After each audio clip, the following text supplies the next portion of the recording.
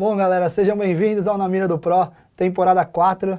Depois de muito tempo sem gravar, né? O pessoal aqui não trabalha, o Rodrigão, que é o nosso câmera aqui, não faz nada da vida e tudo mais. E acabamos enrolando um pouco para gravar a quarta temporada, mas enfim, estamos aqui e selecionando mais uma vítima aqui que vai fazer parte dos comentários, às vezes sadios, às vezes maldosos, que a gente faz aqui em relação ao jogo das pessoas, mas a intenção do Na Mira do Pro, para quem não conhece o programa ainda, é a gente passar conhecimento técnico do jogo, passar como as coisas funcionam no mundo profissional, analisando o torneio do pessoal que ainda não é profissional, do pessoal que está começando a carreira e servindo de informação para vocês evoluírem no seu jogo, para vocês jogarem cada vez melhor, serem mais lucrativos. A gente está aqui hoje, é segunda-feira, e uma segunda-feira mágica para o Brasil, onde o Nicolau Villa-Lobos cravou um torneio do UKIPT, se eu não me engano é assim que se fala, ganhou 101 mil libras, arrumou uma nota lá na Europa representando o Brasil, tá de parabéns, Nicolau. Peçanho cravou ontem o Mini F-Tops também, arrumou uma verba gigantesca no Full Tilt, 120 mil dólares, tá de parabéns. E junto com o Peçanho estava o Decano, que já é monstro de longa data, pegou em quarto ou quinto lugar, se eu não me engano, foi bem demais também, arrumou uma nota no Mini F-Tops, parabéns para todo mundo aí. E quem sabe assistindo Na Mira do Pro não nasçam aí novos Peçanhos, novos Decanos, novos Nicolaus e por aí vai, né, cara? Tomara que isso daí aconteça. E é isso que a gente está fazendo aqui, é para amador, o programa não é para profissional.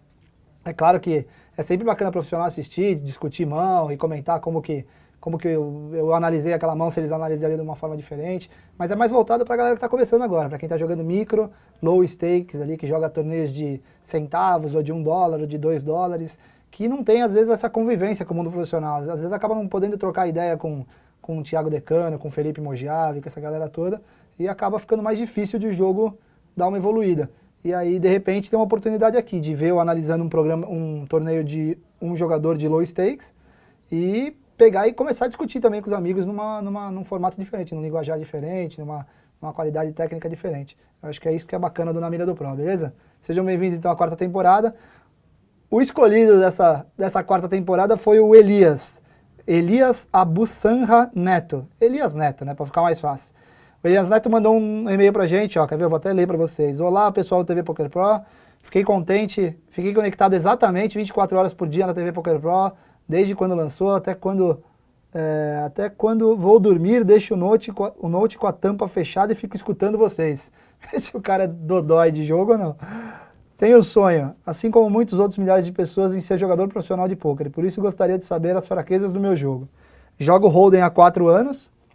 Mas estudo mesmo desde julho deste ano, então julho de 2012, né? Ele mandou esse e-mail, se eu não me engano, em dezembro de 2012. Gostaria que meu torneio fosse analisado para saber o que melhorar do meu jogo e o que está bom.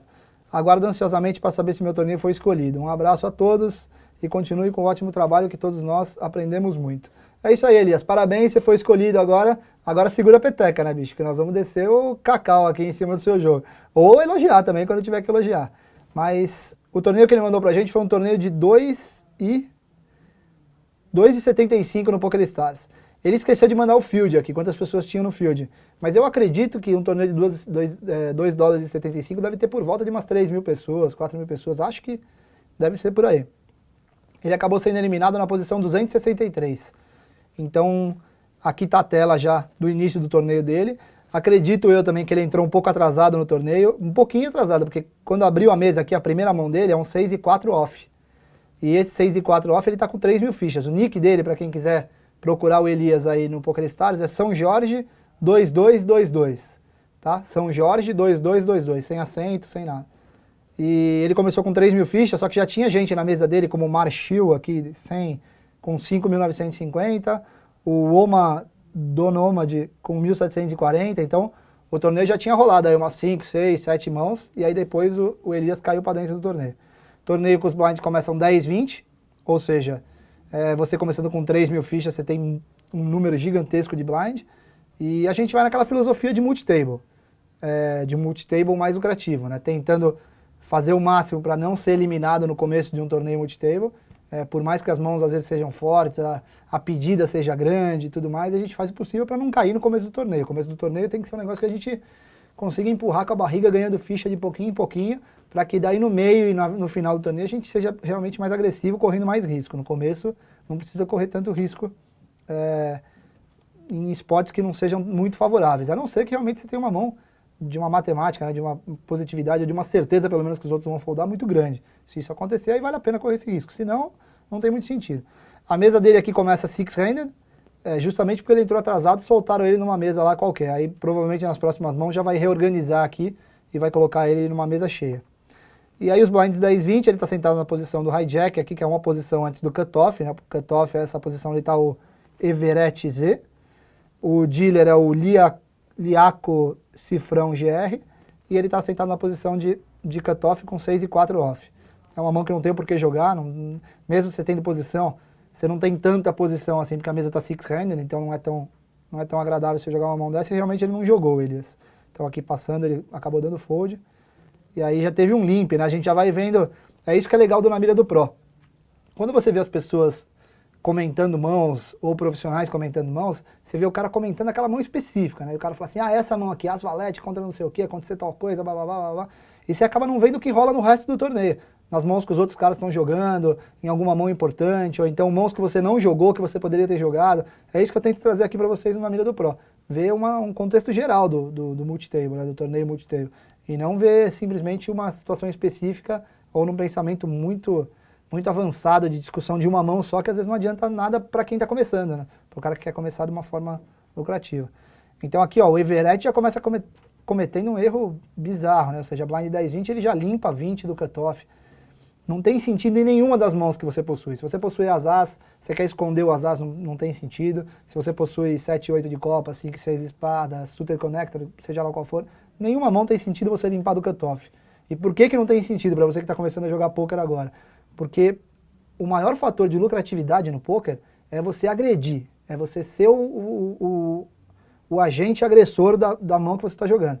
Porque agredindo você faz as pessoas foldarem as mãos dela, ou seja, jogarem fora as mãos dela. Se você paga para ver flop, paga para acertar flop, paga para acertar turn, você vai ser um cara que no médio e longo prazo você vai ser deficitário. A tendência é que você seja deficitário. Por quê? Porque normalmente você não acerta o flop. Então, se alguém quiser colocar ficha, ou se alguém acertou o flop e vai apostar alguma coisa, você vai ser obrigado a largar a sua mão. Sendo que se você se transforma num agente agressor, a chance de você conquistar potes atrás de potes é maior. Por isso que eu condeno o limp do Everett aqui. E aí vamos ver o que aconteceu, ó. O botão, que é o Lia, acabou largando. Quando chegou no Oma The Nomad aqui, ele subiu 160. Ou seja, 8 vezes o valor do Big Blind. Também não tem sentido para área nenhuma. Ou seja, se você tem azar, você vai afastar todo mundo. Se você tem suited connector, que você quer apostar antes do flop para depois apostar no C-Bet, que a gente fala no continuation bet, você vai gastar um valor absurdo, 8 vezes o valor do Big Blind, para depois gastar mais 200, 220. Se não der certo, você perdeu 300 fichas. 10% do seu stack no começo do torneio, então não tem sentido você fazer um negócio desse. Tem sentido, às vezes, você agredir o limper, aquele cara que está limpando ali. O limper é aquele cara que paga o Big Blind, só que nem o Everett fez aqui. Tem sentido você agredir ele para depois do flop ele não acertar o flop e você continuar apostando e ele largar? Tem. Mas é 80, 85. E normalmente não faça isso do small blind. Fazer isso do small blind vai ser um negócio deficitário no médio e longo prazo também. Porque você vai ser o primeiro a falar depois do flop e isso dá uma vantagem de ter posição para o seu adversário. Ou seja, ele pode te fazer 1000 manobras para depois do flop ele conseguir ganhar o pote de você se você é o primeiro a falar. Bom, o Big Blind acabou largando e o Everett, que pagou 20, pagou mais 8 vezes 20 depois, pagou 160. O pote tem 340, flop rei 6 e 8, 2 de copas. E aí o cara que apostou 160 dá check. O oponente dele dá check também, bate um as de paus. O oponente dele, ou seja, em todas as instâncias que o oponente dele já podia ter comprado o pote, ele já decidiu não comprar. Bateu o as, ou seja, o as é do agressor pré-flop, né? Dá a cara de quem agrediu o pré-flop, tem as, tem rei, e ele não comprou de novo. E aí dobra o as de novo, aí pode ter gente agora achando, cara, mas ele é malandro, ele tá querendo esconder o as dele, ou o rei dele.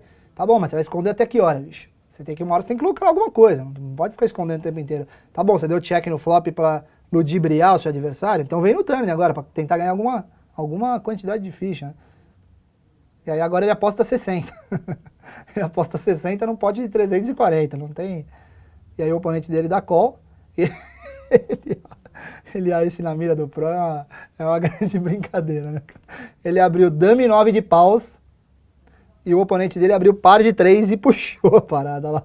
Puxou os 460. Por que eu tô dando risada, cara? Porque o poker é um jogo de lógica, bicho. Você tem que ter um pensamento lógico. Se você não tem esse pensamento lógico muito apurado, trabalha nele. Lógica é aquela paradinha. Lembra quando você ia fazer entrevista de emprego, que tinha negócio do tracinho, tracinho, onde vai ser o próximo? Tracinho, tracinho, tracinho. É aquilo ali, cara. Se você apostou antes do flop, você subiu 160 antes do flop. O que significa no contexto geral? Você está falando para todo mundo que está sentado na mesa, você fala assim, eu tenho um jogo forte. É isso que você está falando, concorda? Aí bate o flop, rei, 6 e 8. Não é o flop de quem tem um jogo forte. Se você tem azar, se você tem as reis, se tem rei dama, se tem trinca de rei, não é o seu flop, não é o que você queria? Por que você dá mesa, então? Não tem que dar mesa, tem que apostar. Se você não aposta porque o flop não é tão forte, e você tem que apostar para ganhar, porque você de fato tem dama e 9 de pau, você não tem nada. Você está roubando a parada. E aí bate o as. Qual é a melhor carta do baralho, bicho? É o as. É ele que tem que fazer com que o seu golpe seja perfeito. Compra o as. E aí você não compra o as de novo. Você dá mesa porque você tem dama e 9 de paus. E aí você joga o dama e 9 de paus do small blind como se ele fosse realmente um dama e 9 de paus. Que normalmente não vai dar resultado nenhum para você. E aí acaba perdendo o par de 3, tomando um call dele. E aí eu já não sei o que é pior. O cara lá também do par de 3 dá check, check, check, check, check call no river. É tudo terrível. Mas até aí nós não estamos falando da mão do Elias, beleza? Então eu não estou condenando o Elias em nada. O Elias simplesmente foldou um 6 e 4. É que o Na Mira do Pro é legal por causa disso. Dá pra gente analisar essas outras tosqueiras que os caras fazem aqui. Mas vamos embora. Agora o blind já subiu, ó, 15 e 30. Então como os blinds sobem ou de 15 ou de 20 minutos, então provavelmente o Elias tinha entrado aí uns 12, 13 minutos atrasada no torneio. Agora a mesa já está cheia, já sortearam o Elias para uma mesa cheia. E os blinds 15 e 30 ele está sentado na posição ali de MP, na última posição de meio de mesa. Ah, desculpa, eu passei a mão aqui, vamos voltar. Pronto. Aí fold do TG mais um, fold do MP. E aí o Elias tem a primeira ação dele no Na Mira do Pro temporada 4. E na primeira ação ele errou já. Errou, Elias. Sei que você fica triste aí de ouvir isso daí da gente, mas a real é a seguinte. Primeiro, o rei 3 de paus não é uma mão agradável para você jogar no 15, 30. Mesmo que você esteja, todo mundo foldou ali, mas o todo mundo ainda é pouca gente. São 3 pessoas que foldaram. Tem mais 4, 5 pessoas para falar ainda na sua frente. Então o rei 3 de paus não joga bem nessa situação. Não é uma mão que agrada demais. Mas tudo bem, se você resolveu jogar. E agora, sendo que você resolveu jogar, nunca jogue 4 vezes o valor do blind. Não tem sentido você fazer isso. Por quê, cara? Porque você cresce um pote, você infla um pote de um jeito que depois vai ficar mais caro para você comprar ele depois do flop. Quando bater o flop, provavelmente você vai errar o flop, você não vai acertar. E você vai ter que dar o C-bet, que a gente fala, dar o continuation bet, para poder comprar esse pote. E aí esse continuation bet vai acabar te atrapalhando, porque vai ter um pote de 260, de 300, e isso vai acabar te tirando mais ficha para você comprar se caso não der certo. Beleza? Então vamos lá. Aí ele subiu 120, tomou um call já do Everett, aqui do lado. Aí o Everett deu um call de 120, o Lia também deu um call de 120. Quando chegou aí no Omad Nomad, ele pegou e deu um raise de 360. Lembrando que o Omad Nomad é o mesmo cara que fez aquela história lá do Dame 9 de paus.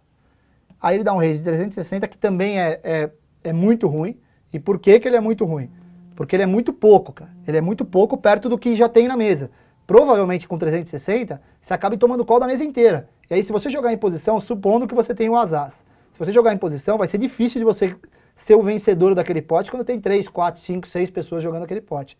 Então acaba sendo pior para você. Então o raise, se por acaso você tem uma mão forte que você quer defender, o raise ideal ali naquela situação seria 430, 480, por aí. Sendo que tem 3 ímpares e 120. Mas tudo bem, ele subiu 360 em posição. Ou seja, o seu rei 3 de paus, Elias, já começa a ficar numa situação delicada. O que você vai fazer agora? Pagar mais 230 para ver 240 para ver uma situação que você sabe que matematicamente você é desfavorável. E além de ser matematicamente desfavorável nas cartas, você ainda vai acabar jogando fora de posição. Então fica tudo esquisito.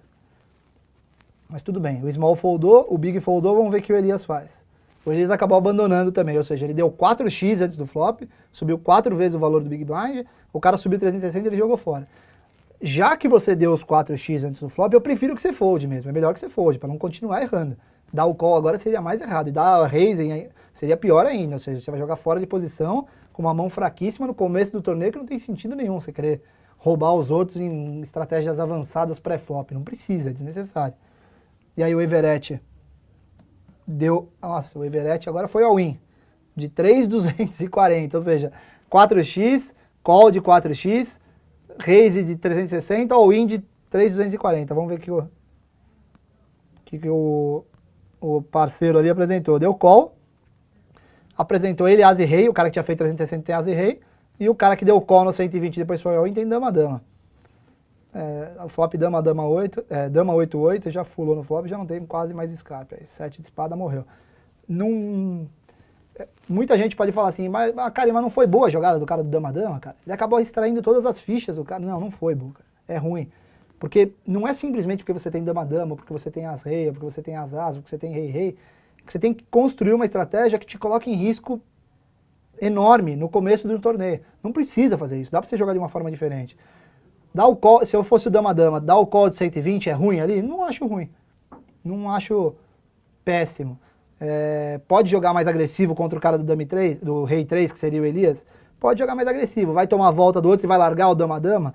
Aí já não sei. Eu já não largaria o Dama-Dama contra esse cara, mas se fosse uma ação diferente. Eu já não largaria o Dama-Dama contra esse cara, porque esse cara foi o mesmo cara que apresentou o Dama em 9 de paus, naquela mão ridícula que esse mesmo cara deu call de par de 3. O mesmo cara que é o Dama-Dama, que é o Everett. Então não dá pra largar o Dama-Dama contra um cara que fez aquela bizarrice na mão anterior, sendo que ele tem 1.500 fichas pra trás. Mas também é desnecessário você dar call de 120, o cara betar 360 e você ir all-in de 3.200. Ou seja, você vai tomar call na melhor das hipóteses do As-Rei, que é o que aconteceu com ele, porque de resto você vai perder. Se você tomar call, você tá perdendo. Vai ser o As-As, o Rei-Rei, ou no máximo tá empatando o Dama-Dama. Não acredito que o Valete faria um negócio desse jeito. Então, a estratégia como você constrói a mão, às vezes fala tudo. Bom, próxima mão, Dama 8-2 suited foldou, Rei 9 foldou, nosso amigo São Jorge tá aqui, ó, São Jorge 2-2-2. Foldou o Rei 7 também o TG, 3 e 5 de espada, vários deram call, chegou no small, ele fez 360, nosso parceiro foldou. O Elias, por enquanto, foldando as mãos que tem que foldar mesmo. Essa mão, por exemplo, ó, 3 e 6 off, tá vendo? Quando chegou aqui no MRFFH, ele limpou do cutoff, aquela situação terrível de novo que a gente falou no comecinho desse programa. Limpou 30 do cutoff, não tem sentido. Sempre agredindo é o jogo ideal, principalmente nesses limites baixos. Quanto mais você ser agressivo, melhor pra você.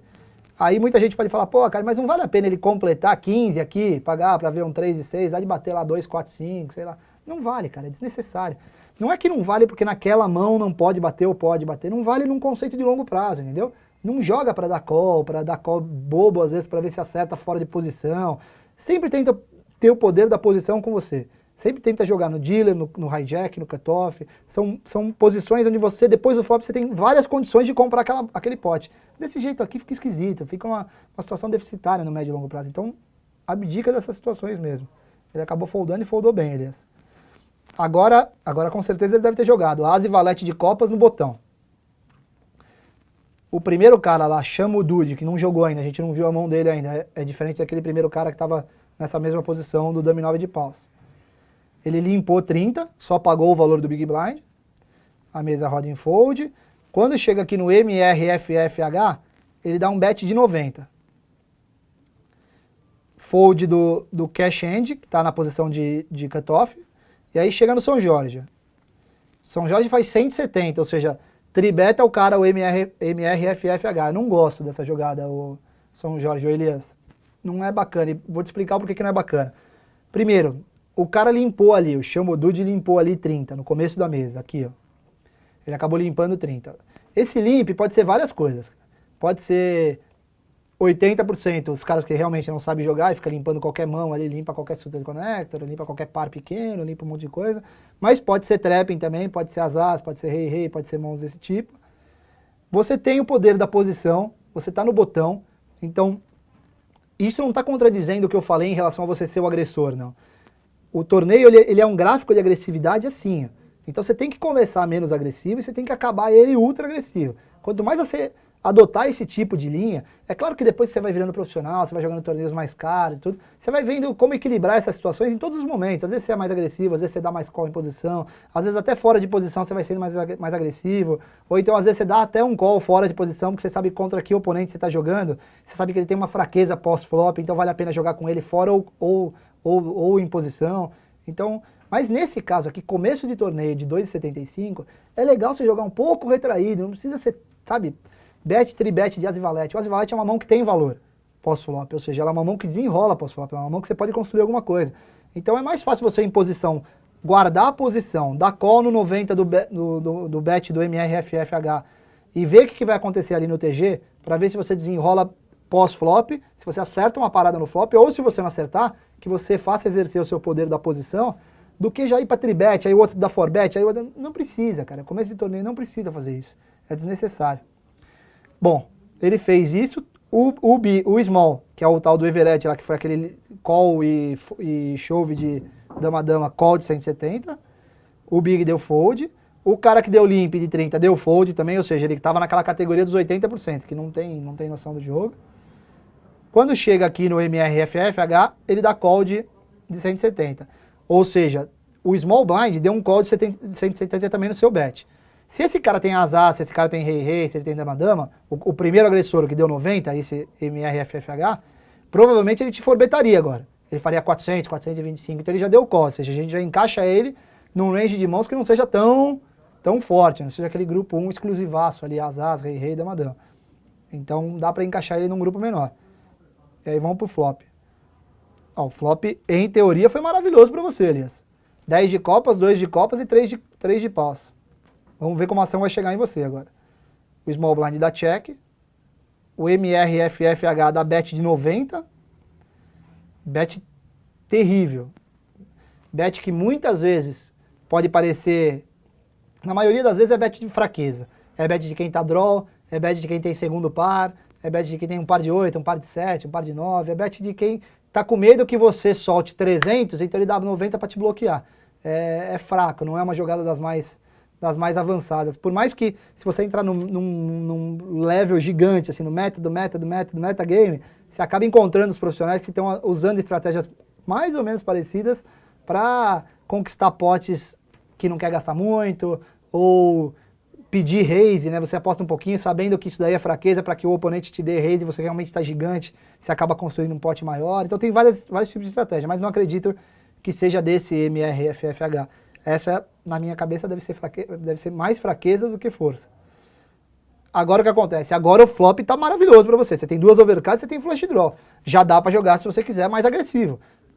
Sabendo que normalmente esse 90 é fraqueza, dá para você começar a agredir um pouco mais. Aí o Elias deu call de 90. Aí não tem sentido. Você fez 170 pré-flop numa mão que é boa, mas é especulativa. Aí o flop melhora demais a sua condição, você tem posição e você dá call de 90 de novo. Aí você transforma o que era agressividade em passividade. Aí não tem mais sentido. Aí o oponente lá do small blind, o cara do small blind que é o Everett, deu fold. Aí o Tani bate um 6 de espada. E aí nessa situação o que acontece? Se o cara tava forte, por exemplo, trincou 2, trincou 3, alguma coisa que ele betou 90 para que ele chamasse você pro jogo para você fazer 400, agora é a hora dele dar pancada. Se ele soltar agora 390, 400, é porque realmente aquilo que foi o betzinho pequenininho era para te induzir a errar.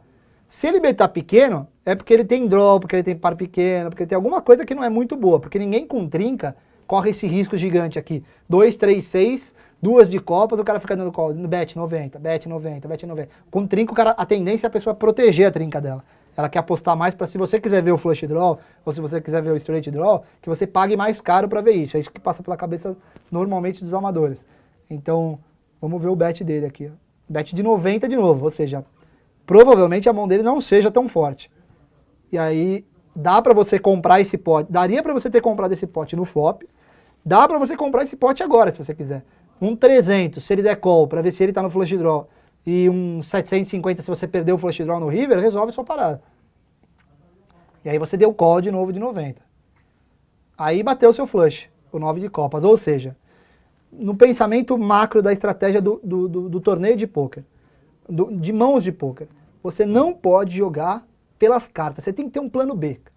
Na verdade, o seu plano B são as cartas, o seu plano A é você conquistar ficha sem carta, sem ter que acertar.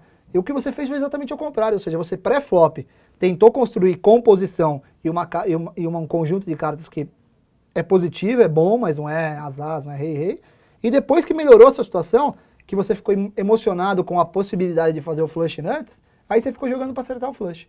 acertar o flush, e esqueceu a possibilidade de você ganhar aquele pote sem ter que mostrar as cartas, que é isso que a gente procura num torneio de pôquer. Aí ele vai lá e beta 90 de novo, né? O que é patético, né? Ele beta 90 de novo.